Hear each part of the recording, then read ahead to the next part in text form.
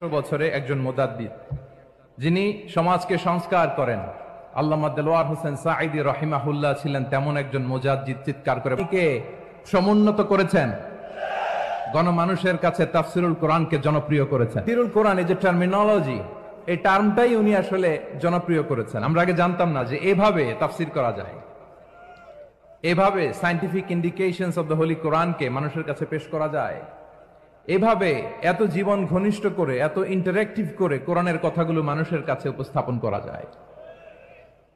উনি অন্যায়ের বিরুদ্ধে সবসময় সোচ্চার ছিলেন, প্রতিবাদী কণ্ঠস্বর ছিলেন। ওনার আলোচনা শুনলে দেহের রক্ত টকবক করে ফুটতে থাকতো।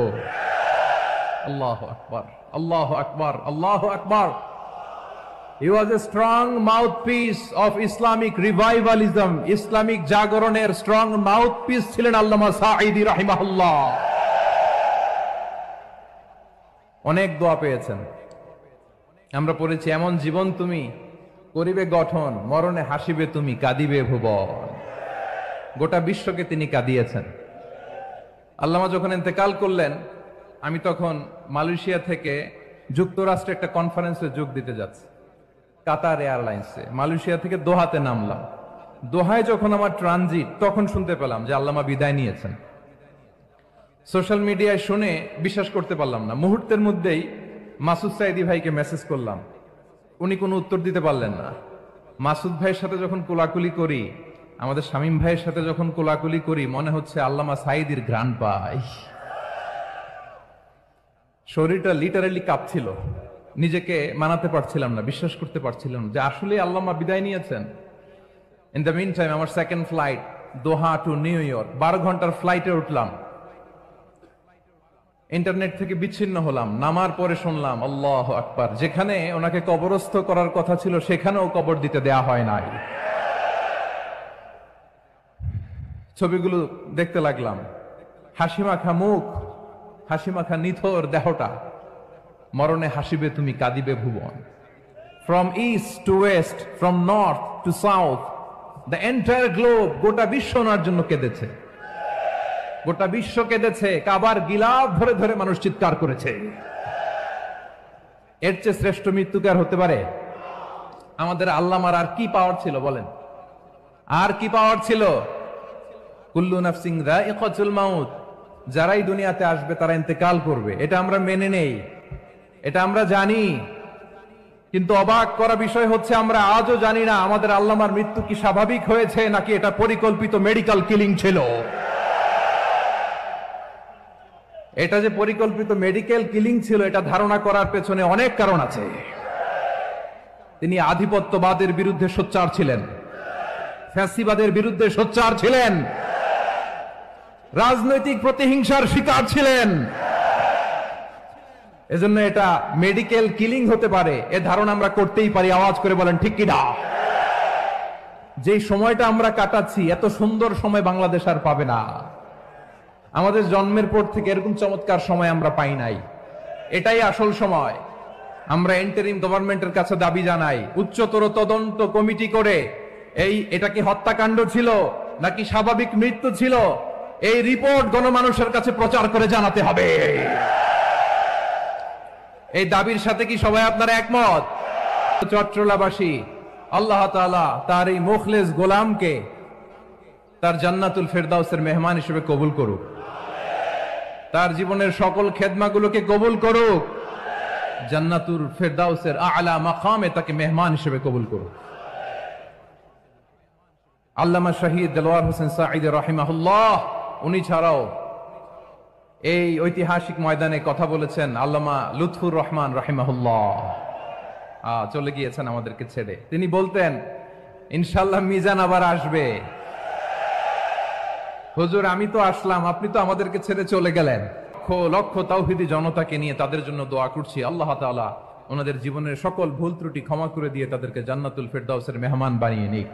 প্যারেড ময়দানের প্রোগ্রাম থেকে স্মরণ করতে চাই 24-এর ছাত্র নাগরিক অভ্যুত্থানে আমার যে সমস্ত ছাত্র নাগরিক ভাইয়েরা দেহের তাজা রক্ত বিলি দিয়ে নতুন বাংলাদেশ আমাদেরকে উপহার দিয়েছে। বিশেষ করে আপনাদের এই চট্টগ্রামের শহীদ ফয়সাল, শহীদ ওয়াসিম সহ সকল শহীদকে আল্লাহ তাআলা কবুল করুক, আমরা সবাই পড়ি আমিন।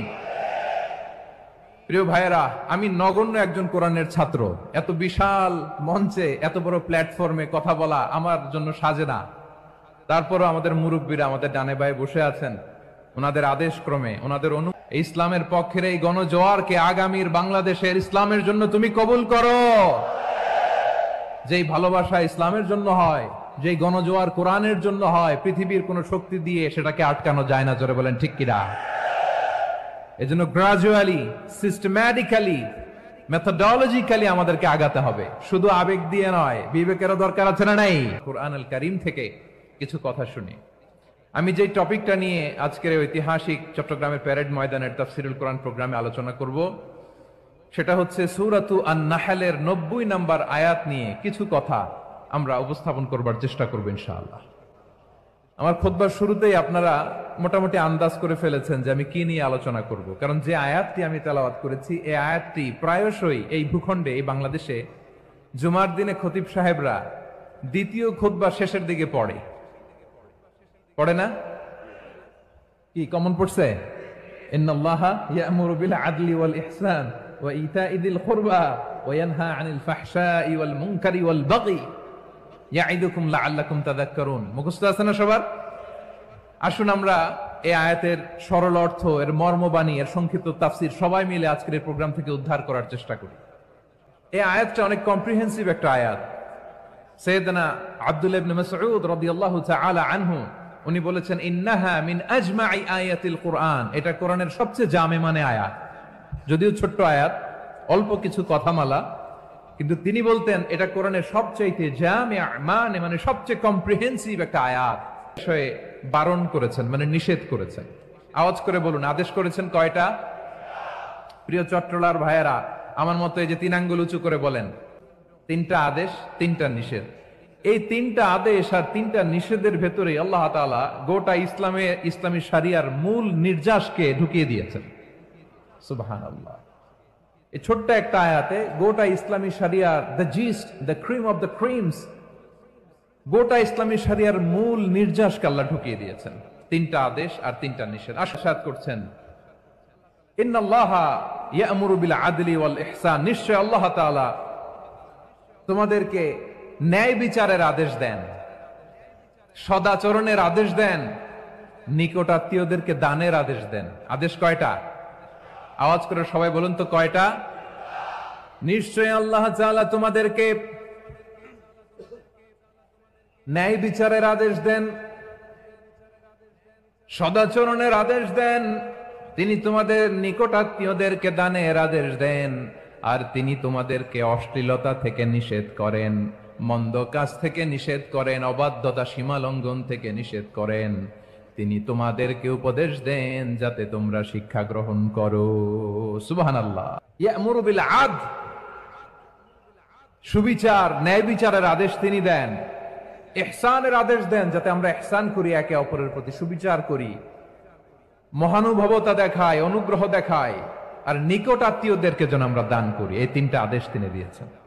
আর কোন 3টা জিনিস থেকে তিনি বারণ করেছেন? অশ্লীলতা, ফাহশা, মুনকার, মানে সব মন্দ আর অসৎ কাজ, এগুলো থেকে তিনি আমাদেরকে বারণ করেন।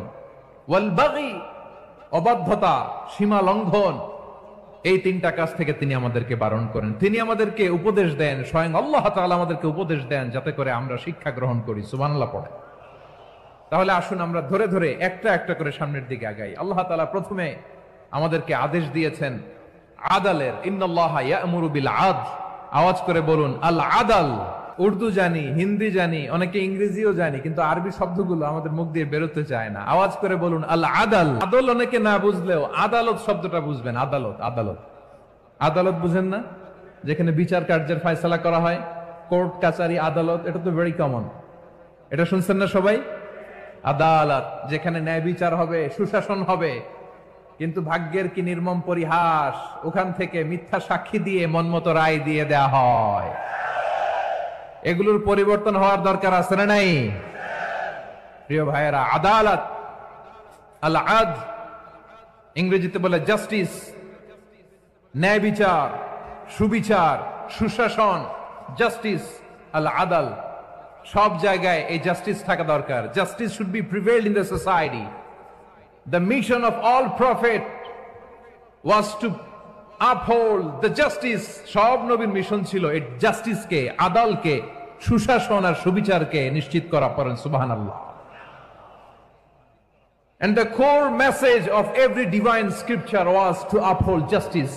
পৃথিবীর সব আসমানি কিতাবের মূল শিক্ষা ছিল এই জাস্টিসকে সমাজে এনশিওর করা, সুবিচার সুশাসনকে এনশিওর করা। তাহলে প্রিয় ভাইরা, আমরা বুঝতে পারলাম আল আদল শব্দের মানে হচ্ছে ইনসাফ বা সুবিচার বা ন্যায় বিচার। এটা হচ্ছে একটা general meaning, very general meaning. আপনি যদি ইন ডেপথ বুঝতে চান, আরো ভেতরে যান, তাহলে আদল মানে হচ্ছে সমন্বয়, আদল মানে হচ্ছে ভারসাম্য, ব্যালেন্স। আদল মানে হচ্ছে মধ্যম পন্থা। সুবহানাল্লাহ পড়েন। কারণ সব সময় সমান সমান হইলেই সুবিচার হয় না। কথা কি বুঝতেছেন? ইসলামের দ্য কনসেপ্ট অফ আদল, এটা এমন আদল, এটা সব সময় সমান সমান নয়। যখন সমান সমান দেয়া দরকার, ইসলাম সমান সমান দেয়। যখন ব্যালেন্স করা দরকার, চেক এন্ড ব্যালেন্স, সমন্বয়, ভারসাম্য করা দরকার, তখন ইসলাম ভারসাম্য করে দেয়। এটার নাম আদল। সুবহানাল্লাহ।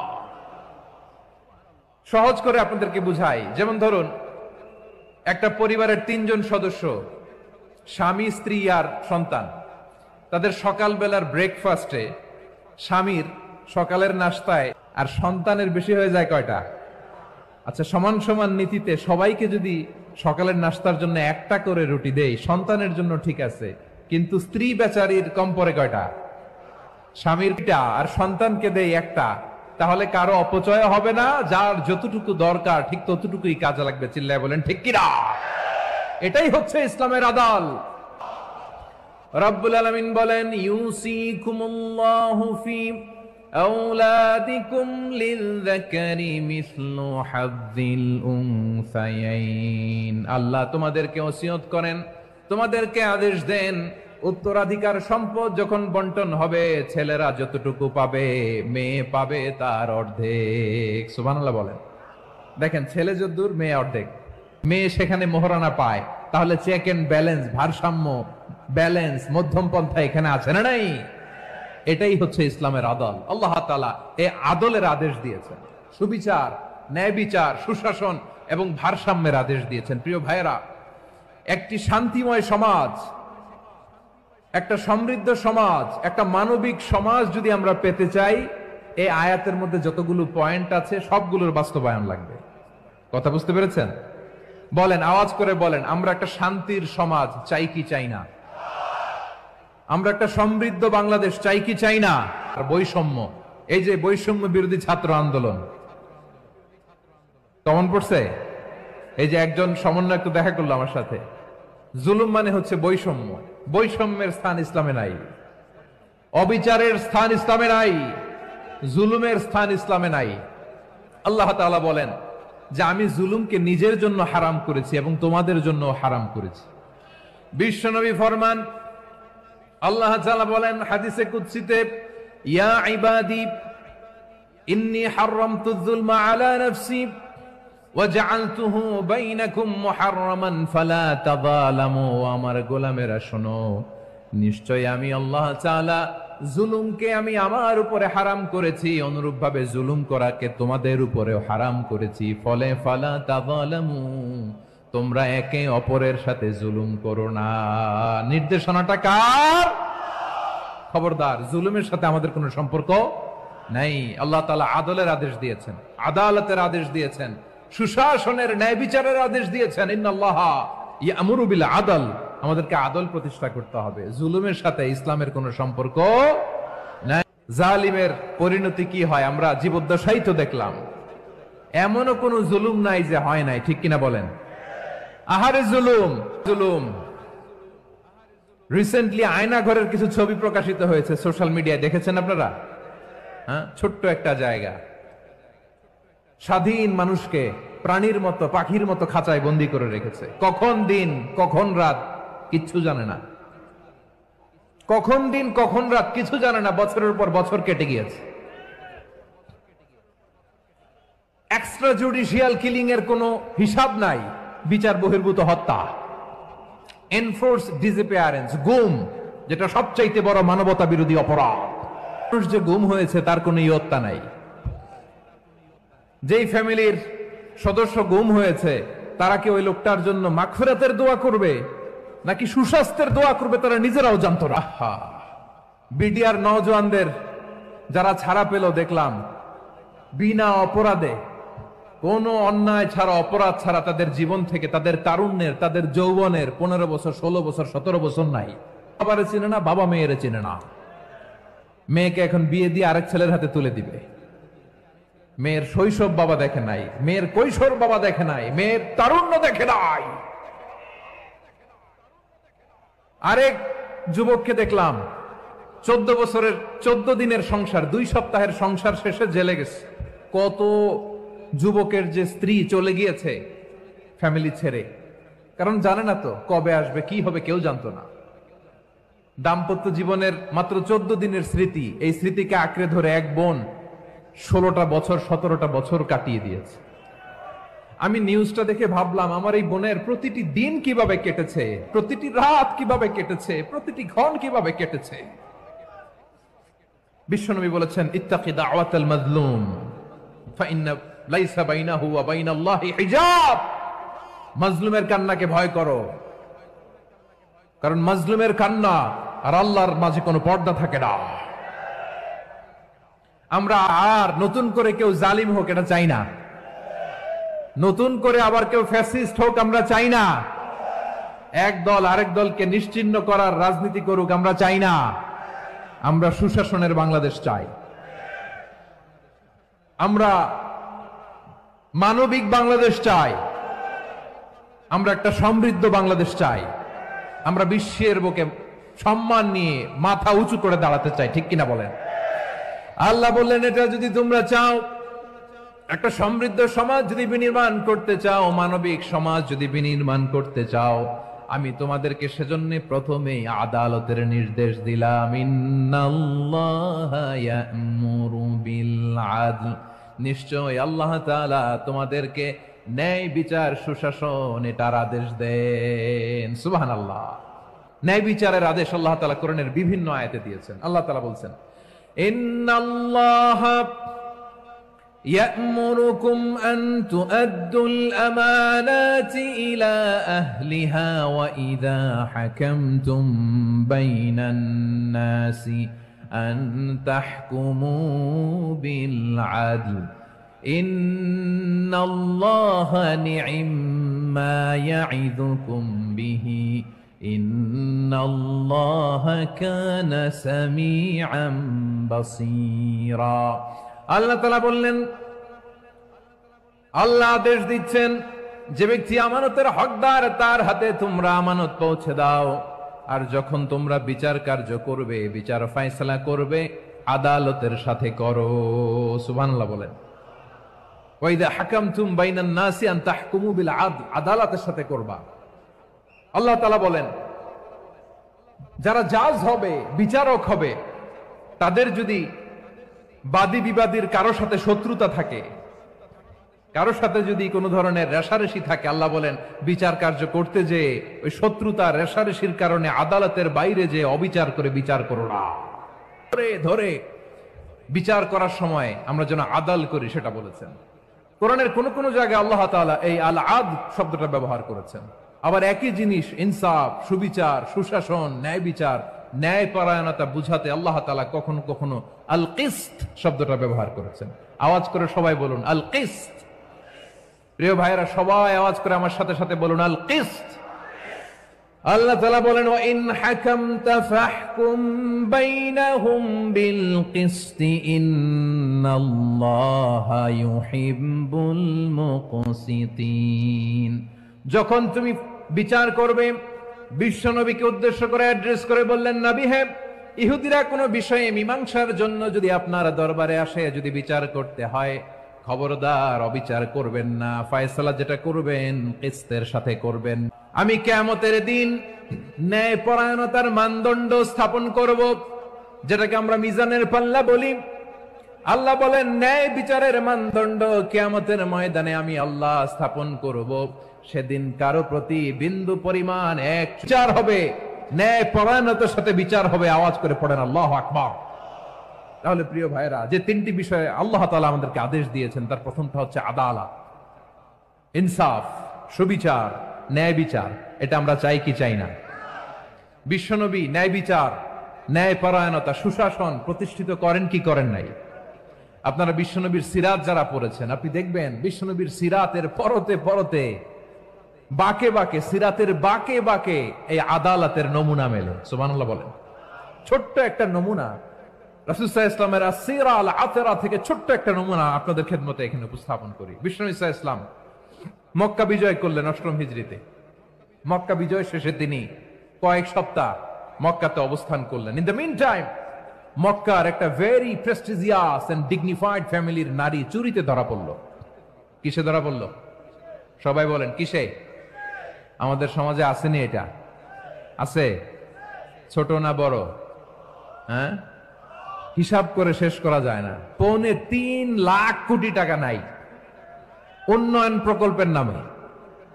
উন্নয়ন প্রকল্পের নামে ৩.৫ লাখ কোটি টাকা নাই।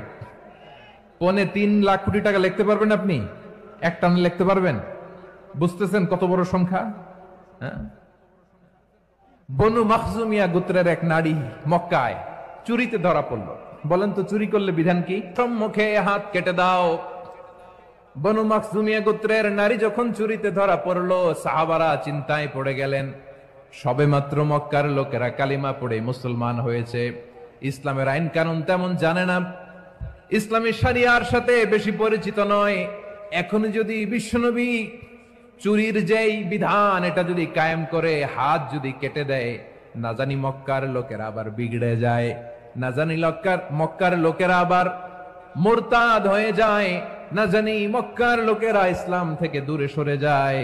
চলো চলো, সাহাবীরা মিলে পরামর্শ করলেন, চলো বিশ্বনবীর কাছে যে বলি, ও নবী, শুধু কেবলমাত্র একমাত্র এই নারীর জন্য চুরির হাত কাটার বিধানটা আপনি একটু থামিয়ে দেন। চুরির হাত কাটার যে বিধান এখানে একটু রহিত করে দেন, বাকিগুলা কইরেন মদিনাতে যে চলবে, কিন্তু মক্কায় এবারের জন্য মাফ করে দেন। কিন্তু কে বলবে? এই যে পরামর্শ, সাজেশন, এটা কে দিবে বিশ্বনবীর কাছে? সাহাবারা চিন্তায় পড়ে গেলেন। আল্লাহর নবীর সামনে দাঁড়িয়ে আল্লাহর দেয়া হুদুদ, আল্লাহর দেয়া বিধান থামিয়ে দেওয়া, মাফ করে দেওয়া, এই কথা বিশ্বনবীর সামনে বলার সাহস তো কেউ রাখে না।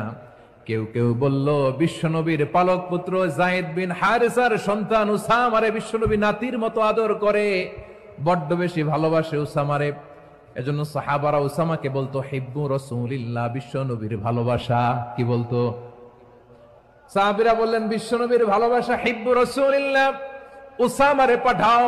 উসামারে বিশ্বনবী নাতির মতো স্নেহ করে, মায়া করে, ভালোবাসে। আমরা পারবো না, উসামা পারবে।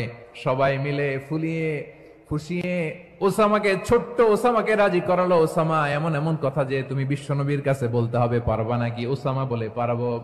সাইয়েদনা ওসামা রাদিয়াল্লাহু তাআলা আনহু তরুণ সাহাবী বিশ্বনবীর কাছে গেলেন, যে বললেন, নবী, বনু মাখজুমিয়া গোত্রের এক নারী চুরিতে ধরা পড়েছে, এবারের জন্য কি এই মহিলাটারে মাফ করে দিলে হয় না?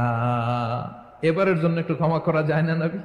বিশ্বনবী বলেন, আতাশফাউ ফি হাদ্দিম মিন হুদুদিল্লাহ, তোমার এত বড় সাহস উসামা, তুমি আল্লাহর হাত, আল্লাহর দেয়া বিধান, এটার ব্যাপারে সুপারিশ করতে এসেছো? তোমরা কি জানো তোমাদের আগে যত কওম, যত গোত্র, যত জনপদ ধ্বংস হয়েছে তার কারণ ছিল তাদের মধ্যে গরিবরা অন্যায় করলে তারা বিচার করত, আর ধনীরা অন্যায় করলে তারা মাফ করে দিত। খবরদার! ওয়া আইমুল্লাহ লাউ আন্না ফাতিমাতা বিনতি মুহাম্মাদিন সারাকাত লাকাতা মুহাম্মাদুন ইয়াদাহা।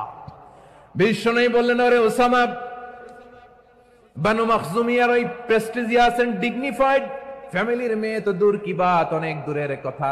জেনে রেখো ওসামা, আমার কলিজার টুকরা নয়নের পুটুলি ফাতেমাও যদি মক্কার জমিনে আজকে এই চুরির দায়ে ধরা পড়তো, আমি বিশ্বনবী মুহাম্মাদুর রাসূলুল্লাহ ধরে ফাতেমার ডান হাতটা কেটে দিতে এক বিলম্ব দেরি করতাম না। ইন্নাল্লাহা ইয়া'মুরু বিল আদল,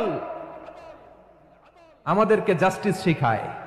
পশ্চিমারা আমাদেরকে ইনসাফ শিখায়, আমাদেরকে সুশাসন শিখায়। আর ইনসাফ, সুশাসন, ন্যায় বিচার, সুবিচার, জাস্টিস কারে বলে বিশ্বনবীর বায়োগ্রাফি থেকে জেনে নাও। এই ছিল বিষ্ণু ঈসা ইসলামের আদালতের নমুনা। আপনি যদি সাইয়েদনা ওমরে ফারুকের জীবনের দিকে তাকান, এমন কঠোর, এমন বীর সেনানী ছিলেন। সাইয়েদনা ওমরে ফারুক যদি রাস্তার এই মাথা দিয়ে হাঁটা শুরু করতেন, শয়তান ওমরে ফারুককে দেখলে ওই রাস্তা রেখে দিয়ে অন্য রাস্তা দিয়ে হাঁটতো। সুবহানাল্লাহ। ওমরে ফারুক রাদিয়াল্লাহু তাআলা আনহু কি পার্সোনালিটি ছিল, কি পার্সোনালিটি। আমাদের এলাকায় ছোট বাচ্চারা রাতে ভাত খেতে চায় না, আমার মেয়েটাও খেতে চায় না। এই এটা দিব, ওইটা দিব, আজকে মাহফিলে আসার সময় বলে দিছে লিস্ট করে এটা এটা আনতে হবে। তো ছোট্ট বাচ্চাদের অনেক বায়না থাকে, ওরা রাতে খেতে চায় না। তো মায়েরা বিভিন্ন ভয় দেখায়, এই বাঘ আসবে, বাঘ আসবে খাও, এই ভূত আসবে, ভূত আসবে খাও। আপনারা কি বলেন চট্টগ্রামে? কি আসবে? হ্যাঁ, ভূত, ভূত, ভূত আসবে, বাঘ আসবে, খাও খাও খাও, তাড়াতাড়ি খাও। তো বাচ্চারা এগুলো শুনে ভয়ে খেতে শুরু করে। মদিনার জমিনেও একই ঘটনা ঘটতো। মদিনার ছোট্ট ছোট্ট সোনামণিরা খেতে চাইতো না। তো মায়েরা বলতো, হা হুয়া ইয়াতি উমর, হা হুয়া ইয়াতি উমর, ওই যে ওমর আসতেছে, ওমর। ওমরে ফারুকের কথা শুনলেই বাচ্চারা একেবারে ঠান্ডা। সুবহানাল্লাহ পড়বেন না? প্রভু তুমি বলেছ রাসূল দেবে না, বলনি দেবে না ওমর। ওমরে ফারুক রাদিয়াল্লাহু তাআলা আনহু, ওনার কথা শুনলে গায়ের মধ্যে গুজবাম হয়, গায়ের পশমগুলো দাঁড়িয়ে যায়। সুবহানাল্লাহ বলেন। কি পার্সোনালিটি ছিল, কি ব্যক্তিত্ব ছিল। মুনাফিকরা ওমরে ফারুককে জমের মতো ভয় পেতেন। শয়তান, খুদ শয়তান এই রাস্তা দিয়ে আসলে শয়তান অন্য রাস্তা দিয়ে হাঁটত। সাইয়েদনা ওমরে ফারুকের রাদিয়াল্লাহু তাআলা আনহুর সন্তান আব্দুর রহমান মিশরে মদ খেয়ে মদ্যপ অবস্থায় ধরা পড়েছে। মদ খাওয়ার কারণে, মদ যদি কেউ পান করে আর যদি প্রমাণিত হয়, তার বিচার হলো 80 বেত। আওয়াজ করে বলেন কয় বেত? বাংলাদেশেও তো এই আইন আছে নাকি? বাংলাদেশে আছে? হ্যাঁ, মদ খাইলে 80 বেত, এই আইন বাংলাদেশে চালু হোক। আমরা চাই কি চাই না? চাই সবাই। এজন্যই তো ইসলাম ভাল লাগে না। ইসলামকে ভাল লাগে না। ইসলামকে আউট করে রাখতে পারলেই তো এরকম বড় বড় বোতল খাওয়া যায়। একেবারে সহজ, পানির মতো সহজ, হিসাব একেবারে সহজ।